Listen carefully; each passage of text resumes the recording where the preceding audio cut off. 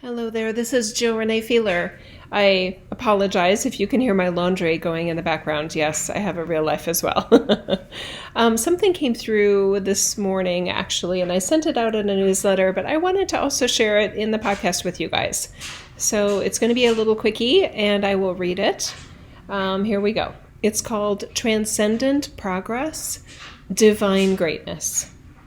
Every human has the capacity for greatness. Each of us are a rare collection of divine energy that is unique, original to each one. What a fabulous pathway for personal growth and human evolution. Your greatness is what you are as a divine being, not as one thing or one gift, but rather as a glorious collection of you-ness. Inner greatness need not come at the expense of anyone or anything. It can be right alongside challenges, even suffering, and not be diminished. We can foster and support our own versions of greatness, not finding it. After all, it isn't outside of you, rather allowing it through curiosity and exploration of yourself. And expecting to find something special, amazing. No longer clinging to what is broken, mining pain for lessons, as if it is the only route for growth. It is the allowance for what is amazing as self, and delightfully whole, on its own, and unbreakable. In this refreshing approach to growth, expansion, and personal development, you don't need to have done your work before you feel worthwhile, valuable, whole, lovable, and complete. Your life matters. You matter, whether you've done your work or not. Inherent value of self. This 21st century enlightenment includes a healthy, logical focus on personal responsibility, which is just responding to one's ability.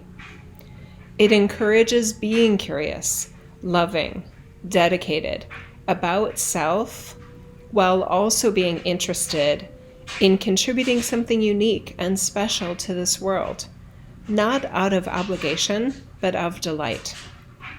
Not after you are done with your work, but now, always, at all ages. Uncomfortable yet? There is a fascinating subconscious resistance to transcendent personal giftedness or greatness. Want to know why? We have created a world in which we have glorified one's suffering, one's limitations. We are totally okay talking publicly about our challenges or our children's challenges. But there are serious stigmas about owning what one is amazingly naturally good at. In our time, it seems to have been decided that suffering brings us closer to God, but greatness doesn't? Culturally, this is incredibly problematic. It's as if we're saying, "Here, world, look at my pain, but I promise to follow the rules and hide, even from myself, my divine gifts for unconditional love, or problem solving, or inventiveness, or forgiveness, or mechanics and how things work, or ingenuity, or music, or movement, or critical thinking, or compassion, or grace, or motivation, or intuition," etc.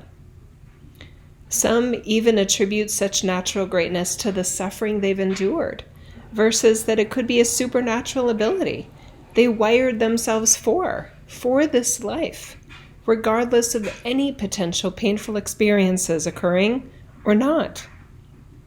We could, of course, let everything let us feel closer to God, personally, from the inside out, even better. But we seem to have blocked off direct pathways to Source, completely unnecessarily.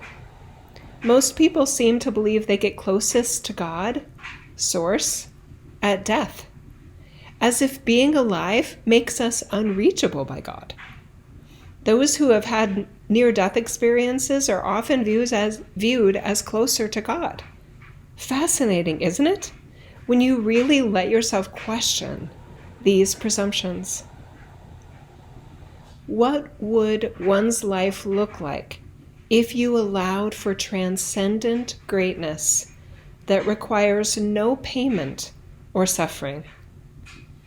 The inner, unexplainable greatness in all life is what sets our divinity free, soaring to new heights.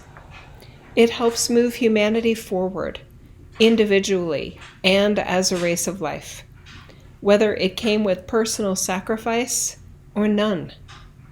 Pain is not payment for greatness. Pain can be put to use, but that's optional. Pain wasn't required for being useful as divine energy in human form. Rethinking what's possible, what we are, and what amazingness we can be now. I celebrate your greatness, appreciating that it's not something you found. It's something you made as the eternal creator energy you are here and what is beyond a here. With love, Jill. Now there's more on 21st century enlightenment, insights, strategies, and free tools. Sign up now at www.updatinghumanity.com/sign up. And I'll have that link in the description of this podcast as well. Okay? We also have openings for group readings this week. I'll include that link as well. And we do have our few remaining spots for our Egypt trip, March 30th through April 13th, 2022. I'll see you soon. Bye-bye.